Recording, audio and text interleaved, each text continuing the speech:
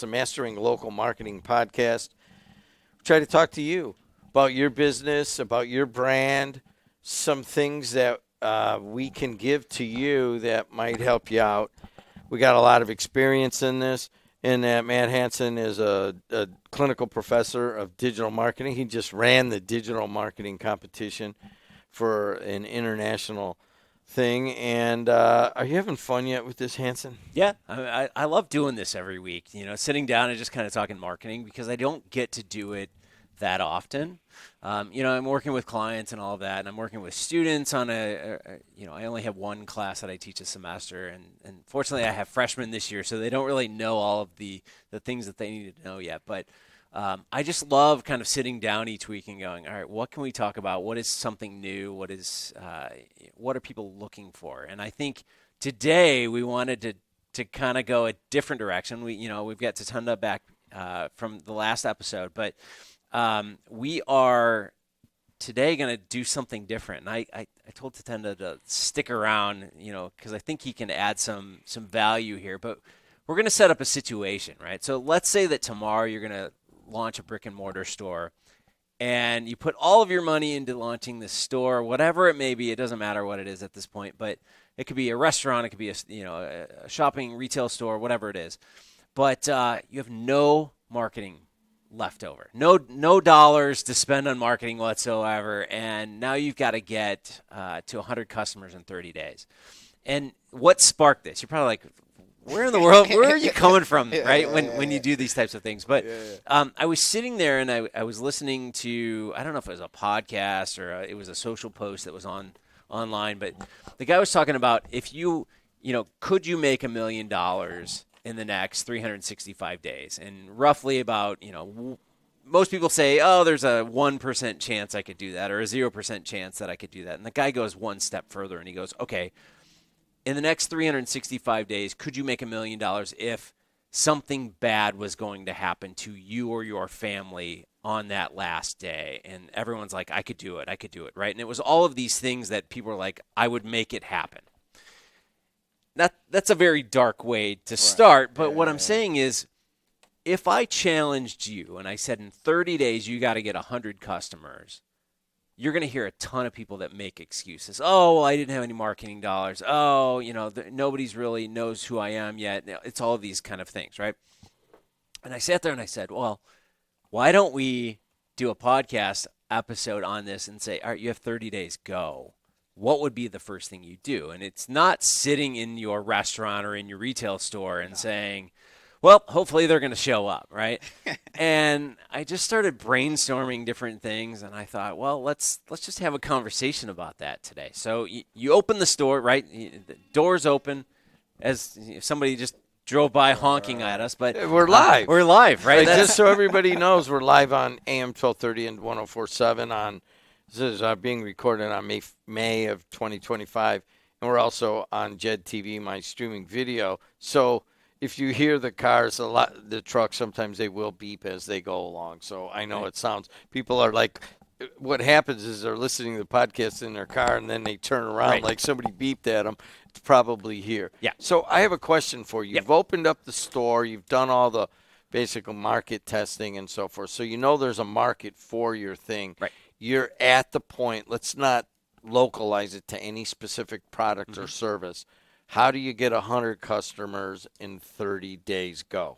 Yeah, well, I don't think anyone's going to sit in their store and just go, all right, let's open the doors and hopefully they come. However, that's what happens, right? All the time. They're like, oh, well, I'm open. I have this location. And I see this very often. I saw there was a Lens Crafters the other day that was literally back behind the back of the building. And I thought, nobody can see this. I didn't even know this was here. But, I was going to Panera over in Cherryville, and I saw there was a Lens Crafters on the back side of the building, and I thought, that's a difficult location, right? So if people don't know where you're at, one, they're going to be looking at the front of the building, and two, how do you get them to the back side of it to see it, right? So there's a million different things you can do. So I just started brainstorming ideas the other day, and I thought, well, let's just start with the sidewalks that are out front, right? So if you're in a town square or something like that, or in a very walkable kind of area, let's use the sidewalks. And And then I realized, I'm like, well, I won't, I was thinking chalk, and I went, no, I don't have any money, right? I can't spend $1 on this. So I'm sitting there and I'm going, It goes back to all right, that. what do I do? Right? I don't have $1. I Yeah. can't go steal my kids' chalk, from when they were little. $0. $0 whatsoever. Everybody's got chalk. You don't, because you haven't had kids yet, have you? Yeah. But I have all sorts of chalk. Right. And I would cheat and take it out of my garage, but you can't use that. Can't use that. So then I thought, I'm like, well, what are we going to use? We're going to go grab a rock, right? Do you remember when you were a kid and you took a rock and you could write on the concrete, whether it was like a river rock or like one of those, like the orange rocks? Each one of them will make a mark on the sidewalk. And I thought, there you go. You have a rock. You can literally go out there and just start writing messaging throughout the neighborhood, throughout the area. Now get creative with it. And I mean, that is as archaic as we possibly can get, right? But what happens is it's unique. People don't necessarily, right? Yeah. And I've seen recently, people will take templates and they'll power wash with it. So the clean part is actually the part that goes through the template. And then, so you power wash your logo or a message into the sidewalk. Now, I know that's, again, we're getting back to you need a power washer and water and all that stuff. That might be acceptable. Okay, so we're going to accept that. All right, I appreciate that. You already have it as part of the business to do your windows or whatever, Right. yeah. So what I'm saying is the sidewalks can be, you're not damaging the sidewalk. It's going to wash away in time, that kind of thing. So as it's raining today, half of it's probably gone already. Right. If you use the chalk, it's definitely gone. But if you listen to this podcast, and Tatunda is, I guess, kind of newer to what we're doing here and so forth, but a very common theme is partnering with other businesses. Personally, I hated this part of it. Now I'm partnering with the Times, with other sports organizations and so forth. So to some extent, you opened up my eyes that that's the way to do it, because I'm not spending any money, they're not spending any money, and we're both getting huge amounts. Like I'm getting a bunch of content this way that I'm not paying for. Same thing with the podcast network. Part of it is for us to get, low-priced content for our TV station and our radio stations. But those kind of collaborations, you're brand new. How do you get people to collaborate with you? Yeah, I think you just need to go out there and, again, going even back to our last podcast with Tatunda, like understanding who you're talking to and going, all right, what are other companies that they're utilizing? Maybe it's another restaurant, maybe it's another business, a complementary business to what you do. Sit down and look at who you want to target, and then go, all right, what are the types of companies that they will use on a daily basis or on a weekly basis? Then just start knocking on doors. Just go up, introduce yourself. I'm a new business down the street. We have very similar customers. I would love to do some kind of collaboration with you. If it's a florist and a restaurant, putting the two together, I mean, you could develop some kind of, Valentine's Day, Mother's Day, whatever it is, kind of collaboration. I know we've mentioned partnering with Curves, which is, a women's only workout place. 98% of our old family business was women. Partnering those two together in a collaboration worked really well.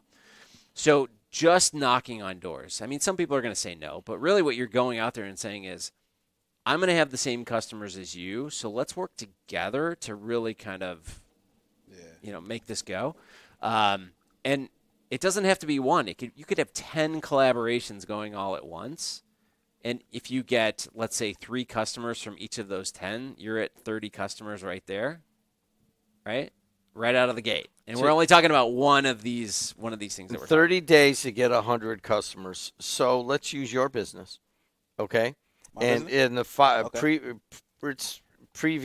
previous podcast, we did Tatunda and just kind of analyzed what he's doing, but he has a sobriety brand that he has a lot of followers. And think of somebody you could collaborate with.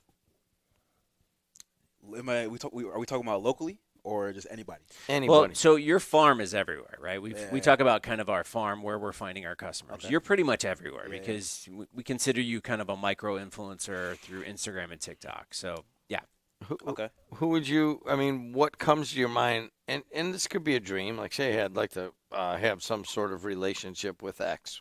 Who would that be, or I what mean, would that be? I mean, I dream I want to partner with Nike one day. You know, I just like I knew that was coming. I do want to partner with Nike one day, but Explain. I don't know. I just love Nike. I love what they do. I'm wearing Nikes right now. It's like I noticed. I don't know. Just they have a big reach, and everybody loves Nike. You know, And so, there is people that are moving into the sobriety lifestyle that are wearing Nikes. yeah, and Nike has a fitness style to it. So it's like, why not combine those two and make a sobriety, apparel? So, the- okay, go ahead. Where I would go with it is I would find another. You talked fashion brand last time. Yeah. I would find another fashion brand that's out there and do a collaboration with them, based on you've got the audience. You've built some fashion into your brand so far, but do a collaboration with somebody else that already has a much bigger audience. And even if it's just an advertising opportunity where they're keeping the money for what they sell, it's still getting your brand out That's there. true. Yeah, that's true. Right? So that costs you literally nothing. You're saying, I'm going to bring my, thousands of followers over, and you can literally start to test those markets and say, okay, is there an apparel side to this? I mean, why not? If it's one or two shirts, That's true. Yeah. I mean, I think what do you have to lose, right? That's You're not true. spending Yeah, any that's money true. here because That's we true. have no money. We're writing with rocks here. So So let's think this through. Right now, you're Okay. listing all your stuff yourself, right? okay. Yeah. So yeah. this is this is nice. All right. So what's the lesson there? That you have a brand, and he's calling you a micro influencer, but you got followers, right? And these fashion brands just want to get in front of your followers one way or another. What would you? They said, all right, we want to do something with you. What would you tell them? I tell them let's do it. So, Yeah. but what specifically do you think you would be able to come up with an idea to offer them? Why don't I do blank? And I think that's what it's not so much the answer that I'm looking for. I think it's a process of what Matt Hansen has opened up my eyes. I don't like really, I don't want to deal with people, and I don't want to deal with other people's inefficiencies and ineptitude. You know what I mean? And people who aren't serious. That's true. You know, I get that. you just they don't get it, right? Yeah. And so you have to open yourself up to that question. I know you're looking at me like, God, I don't really know what the answer is. There isn't an answer. The answer is the process in my mind. So I think for the listeners, the lesson here is that you have thousands of people following you, and you said, yeah, I'd be completely open to collaborating on something. Yeah. How many people have reached out to you to collaborate? Actually, a lot of people. Right? Yeah. Yeah. So, but you listen to it, right? Yeah. So I think that's really a lesson to understand that people are reaching out to you and saying, hey, I would love to do a collaboration. You can pick with who you want to collaborate with, but I think people, they'll never pay attention to me.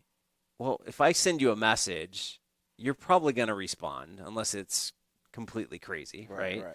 Yeah. But if somebody comes in and says, hey, we want to do a collaboration effort, we hear you just launched your new brand, we'd love to do some kind of limited edition shirt or hat or something limited to, let's say, 100 or 500, we're going to collaborate with you, take your brand, put it on there, and we'd like to sell it through. So then we share in the revenues and that kind of stuff. Like that to me costs you $0, right? It costs them some money, but what we're saying is these partnerships allow us the opportunity to look for new markets, new audiences that somebody else has. That's the biggest thing that I think people need to understand is somebody is already selling to the people you want to talk to. So just go talk with them, right? What could we do? What kind of fun things could we make happen? And even if it's something where you're not selling anything, you're just getting the awareness, That's really where the customers are going to come from. Now they know who you are. Can we talk about that word, the awareness, the sales funnel? We have to review on this. The Matt Hansen sales funnel only has 3 steps. You go on Salesforce, it has 11. I've seen them as high as 16 steps in the whole I thing. think they're like 80 at this point. Yeah, but anyways, it's 3, awareness, Yeah. consideration, and then finally close or customer at the bottom of the funnel. So I know we're limited on time, so let's get out of that. And let's say you can't spend any money. Where do you go online, Professor? Yeah, well, I mean, we've mentioned it a million times. Build your Google business profile. Obviously it's free. You need to put that out there. Get your website in there. Start posting content on there. Get imagery up there. You have tons of videos. Get your videos up there. Even take that collaboration that we're talking with other partners in the area, put them into those videos and imagery and share back and forth. So if you're putting images up there of you and the restaurant next door, hopefully the restaurant next door is also putting those same images up on their Google business profile. So it's the sharing of the collection there. But it's free. And if you're going to be found locally, you've got to be on that Google business profile. Other than buying ads on Facebook, which is, once again, even if it's a penny, is not allowed in this, how do you use Facebook? Yeah, I mean, you can create a Facebook group out there. You can lock it down. I mean, I know when you get into your consulting, odds are you're going to end up having some kind of way to talk to the masses, whether it's, a platform that's off of Facebook or in Facebook. But realize that you can go into Facebook, join different groups. I'm on some podcaster groups. I'm in some real estate groups. Like, there's all kinds of different things, marketing groups. But provide some value, right? So find some local ones. Look up local towns that are by you. They've got different groups for different reasons, whether it's looking for deals, or it's parents that parents at a university, right? Like their kids go to the university or whatever.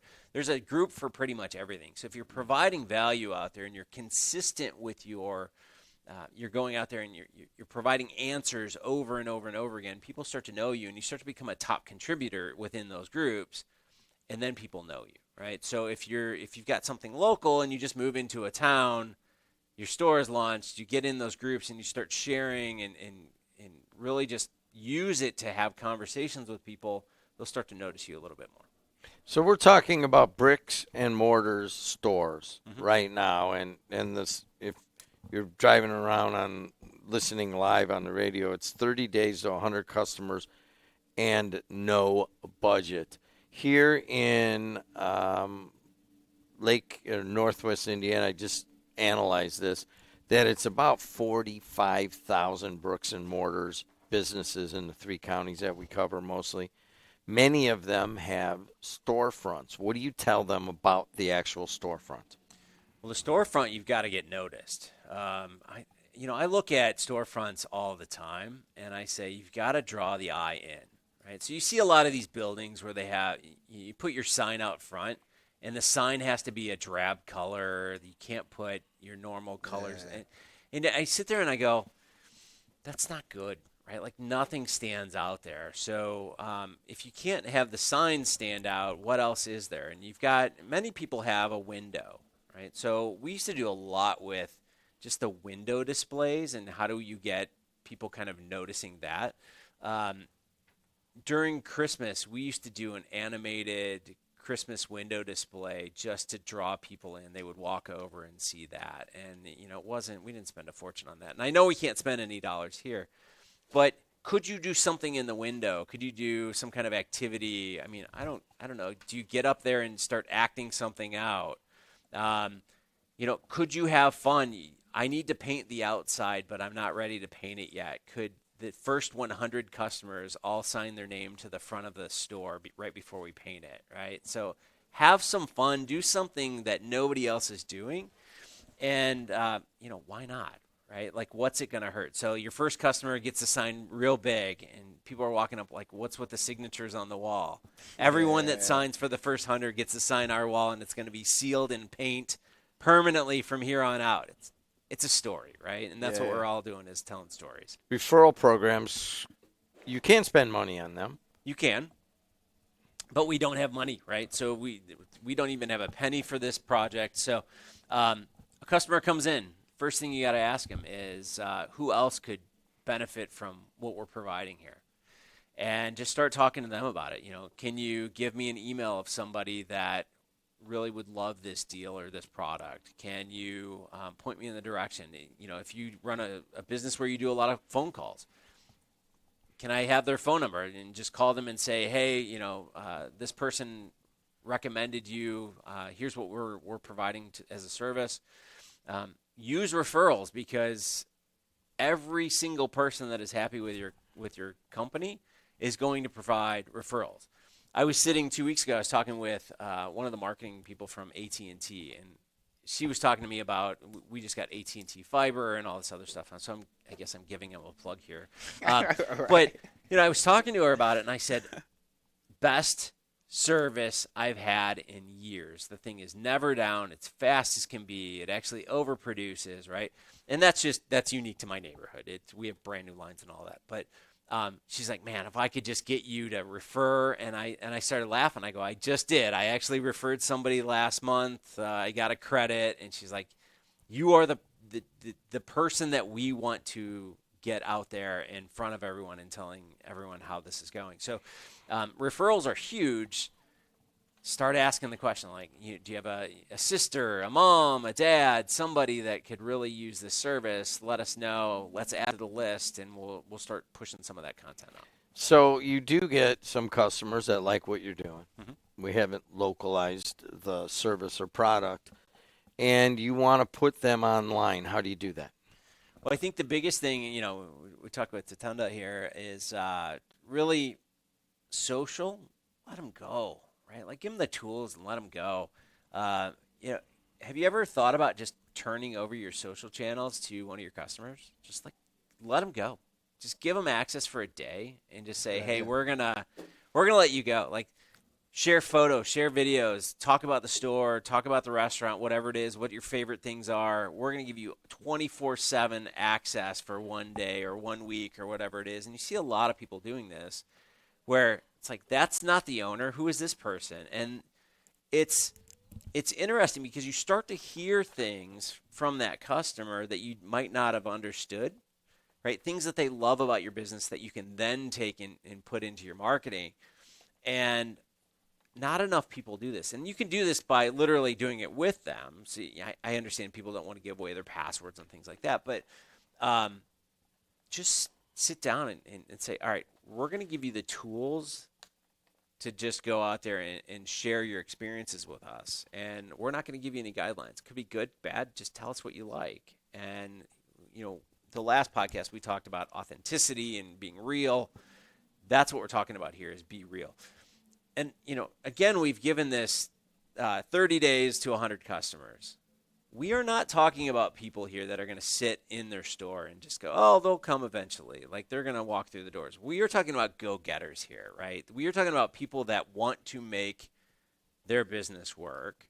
I realize that that's not everyone that is listening, right? Oh, I can't do that, right? And that's perfectly fine. What we're saying is, if you're betting, remember the story that I led up with making $1 million in a year and something bad would happen.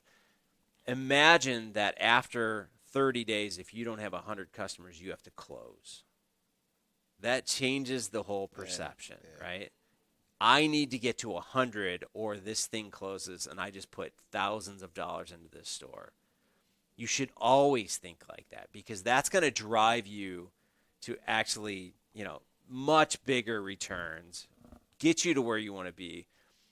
Too often I see companies that start something and are like, yeah, we're just kind of cruising. We don't know where we're going. They have no goal, right? And I always say that to my students is, if you have no goal, if you have no destination of where you're going, I can get in my car and drive in any direction, and I'm going to end up wherever I end up, right? Doesn't mean I'm going to end up home or in a successful place of where I want to be. But we have a plan before we get into anything. And with this, if you don't literally sit down and start to understand that if I don't get 100 customers in the next 30 days, this is going to hurt my business. It's it's literally a mind trick. That is what I wanted to basically summarize here, is that you're not just talking about specific ideas, Google, business, and all of these things need to be taken advantage of, but really it is a connection with that person who understands I can't just open up, I have to market. That's a small percentage. I know. It's a really small percentage. We know because we sell ads to local companies, and I know when I'm coming in and I have to describe that they should be marketing, I'm done. I haven't done that in years. I'm done. If you don't think you should be marketing, I have nothing to say to you. Everybody should, but not everybody does, and it is a large percentage of stores that open, and since a lot of people aren't marketing, correctly or passionately, then the communication is, the competition isn't all that strong, and they might make it that way by not marketing.